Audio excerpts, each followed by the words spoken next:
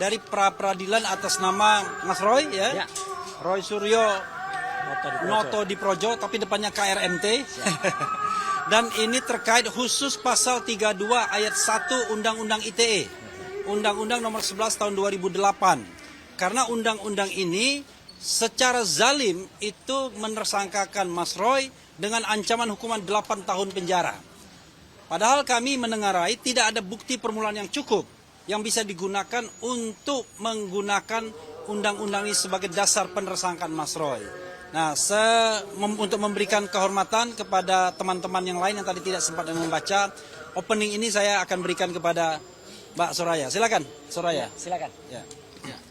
Assalamualaikum warahmatullahi wabarakatuh. Waalaikumsalam. Alhamdulillah, pagi ini kita semua sudah melaksanakan satu proses peradilan dan harapan kita pra-peradilan ini semuanya berjalan dengan lancar, lugas dan cepat. Itu harapan kita semua. Dan semoga apa yang dipersangkakan oleh pemohon hari ini dan nanti pada putusannya dibebaskan, dimohonkan untuk dibebaskan kepada majelis hakim. Itu harapan kita semua. Jadi untuk itu, untuk lebih lanjut, kami mempersilahkan kepada rekan saya yang lain, Saudara Gofur untuk menjelaskan. Nah, Terima nanti kasih. dulu.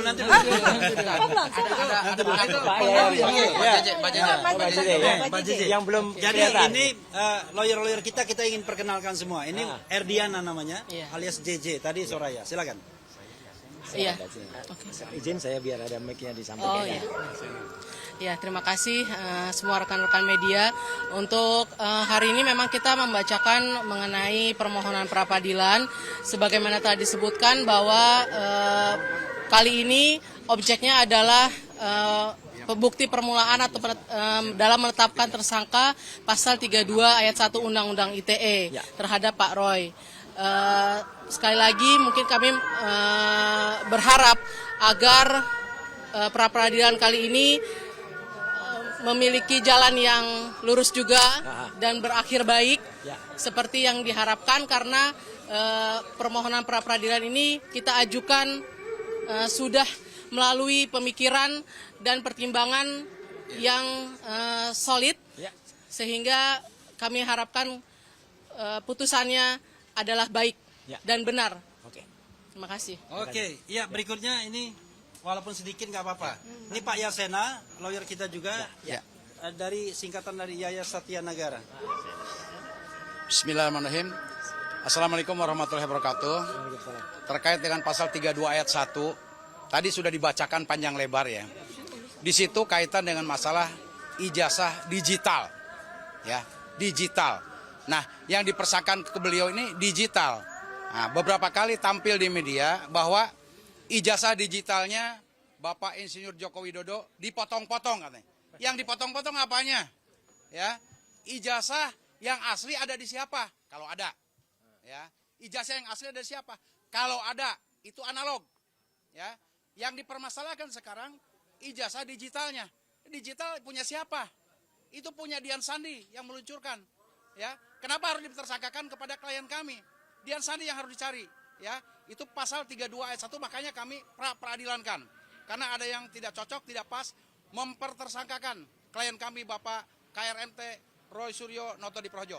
Mohon bantuan doanya, kan ini sesuatu kesalahan, kekeliruan penerapan pasal, dan ini boleh dikatakan adanya penyelundupan pasal dengan kasus yang dilaporkan kepada klien kami. Terima kasih. Assalamualaikum warahmatullahi wabarakatuh. Ya, kalau Pak Kombes ini marah-marah, maklum mantan polisi dia. Berikutnya Ristan dulu ya, sebelum Abdul Ghafur. Ya, silakan. Sini. Tengah. Kita kasih kesempatan dulu teman-teman. Ya udah. Oke. Ya. Oke. Ini namanya Ristan Simbolon. Terima kasih ya buat rekan-rekan yang sudah menunggu. Jadi intinya saya singkat aja bahwa pra-peradilan ini adalah yang kedua. Di mana yang pertama permohonan pra-peradilan kita dikabulkan. Keinginan kita, harapan kita dalam pra-peradilan yang kedua ini biar dapat berjalan lancar ya dalam melaksanakan segala apa yang kita lakukan. Semoga harapan kami yang pada pra-peradilan kedua ini tetap dapat dikabulkan seperti yang pertama. Itu aja harapan kami. Begitu. Terima kasih, Bang. Oke, sebelum Mas Roy, kita Mbak Meti mau ngomong? Enggak. Oke, sebelum dulu. enggak, Mas Roy nanti Aku terakhir ya. Ya, Enggak, oke lah. bentar lagi. Mas Gafur dulu. Oke, ya. Assalamualaikum warahmatullahi wabarakatuh, rekan-rekan media.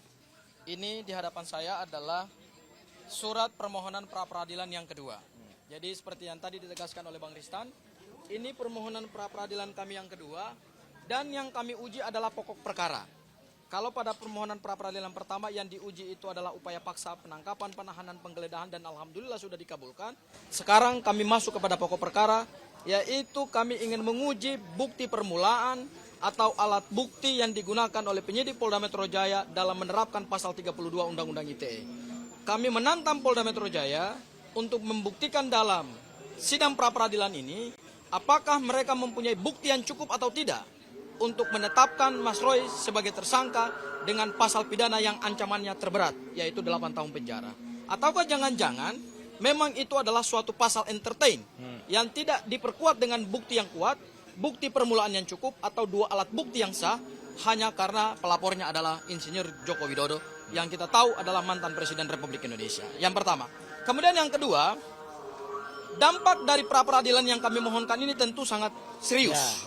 Ya, tentu sangat serius.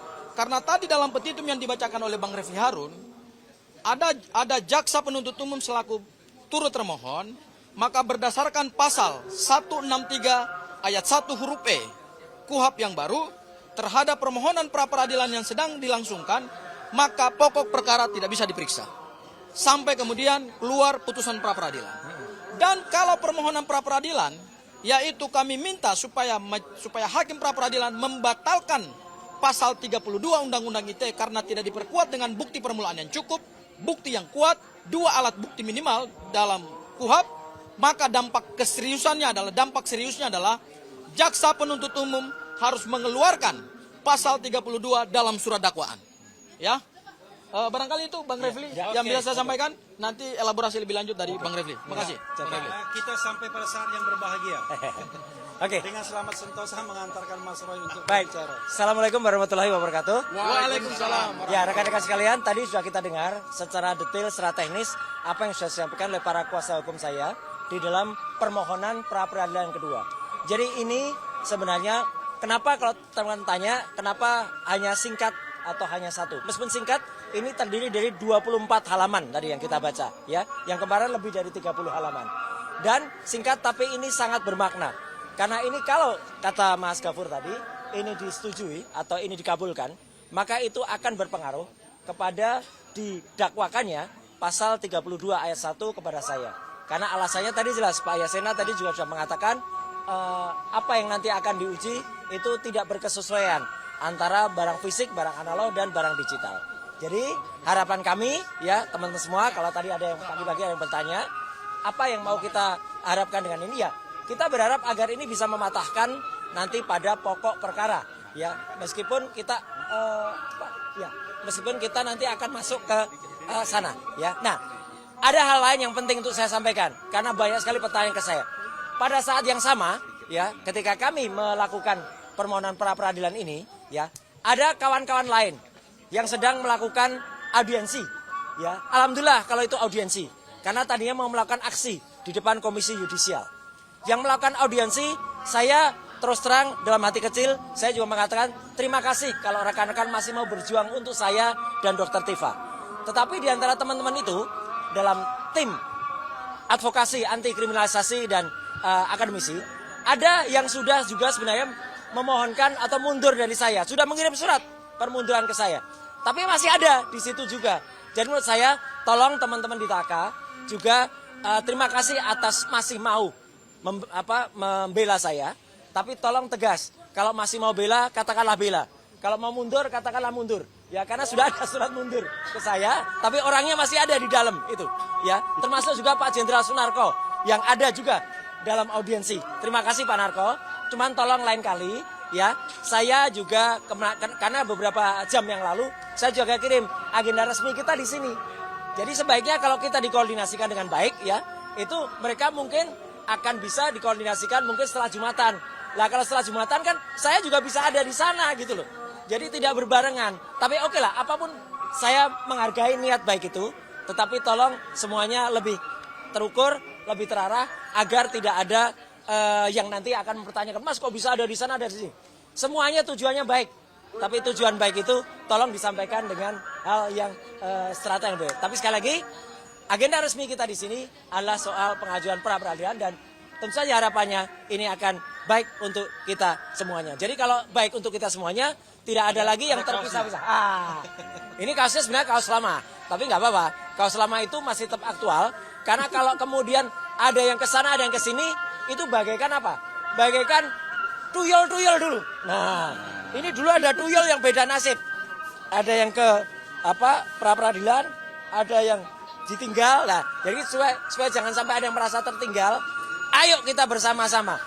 Musuh kita ada di luar sana. Musuh kita adalah ijazah palsunya Jokowi, ya. Bukan kemudian musuh kita ada di dalam ini. Jadi kalau ada di dalam, nanti ada di dalam. Musuh kita yang bergambar ini.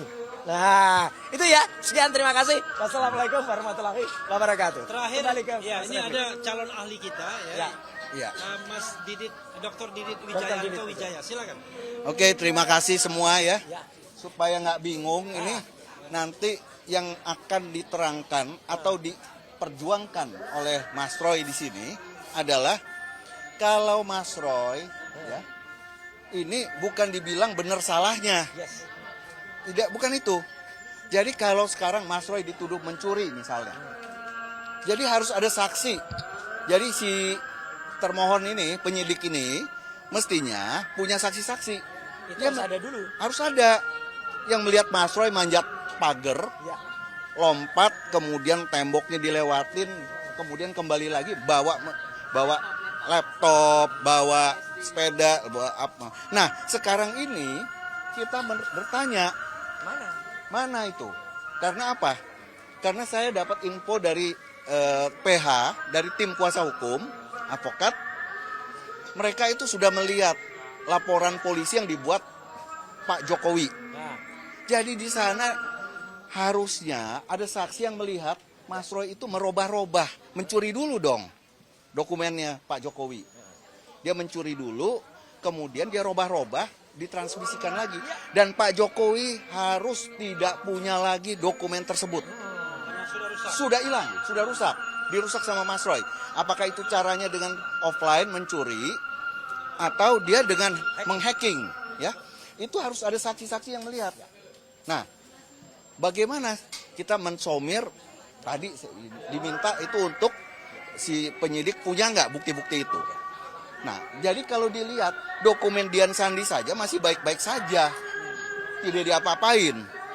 Kalau dibilang potong-potong-potong, apanya yang dipotong-potong? Kemudian dokumen aslinya Pak Jokowi juga katanya masih ini. Saya waktu itu hadir, waktu gelar perkara. Dia hadirkan analog, ya, analognya ada. Kan tidak dipotong-potong. Dan yang paling penting, katanya kuasa hukumnya ini, tim advokat, setelah melihat laporan polisi yang dibuat Pak Jokowi, di sana dikatakan dokumen yang dituduhkan milik saya, milik pelapor. Jadi dituduhkan, dia tidak mengakui itu dokumen milik dia sendiri. itu fatal ya. Itu fatal sekali. Ya, nanti kita lihat. Nanti setelah hari Selasa kita lihat saksi dan saya mungkin hadir di sana sebagai ahli. Ya, bukan mungkin, saya pasti hadir. Oke, terima kasih. Kecuali ada pertanyaan. Kalau tidak ada pertanyaan, selesai gitu. Ya, karena udah masuk waktu Jumatan. Ya, Cukup ya. Ya. Wassalamualaikum warahmatullahi wabarakatuh.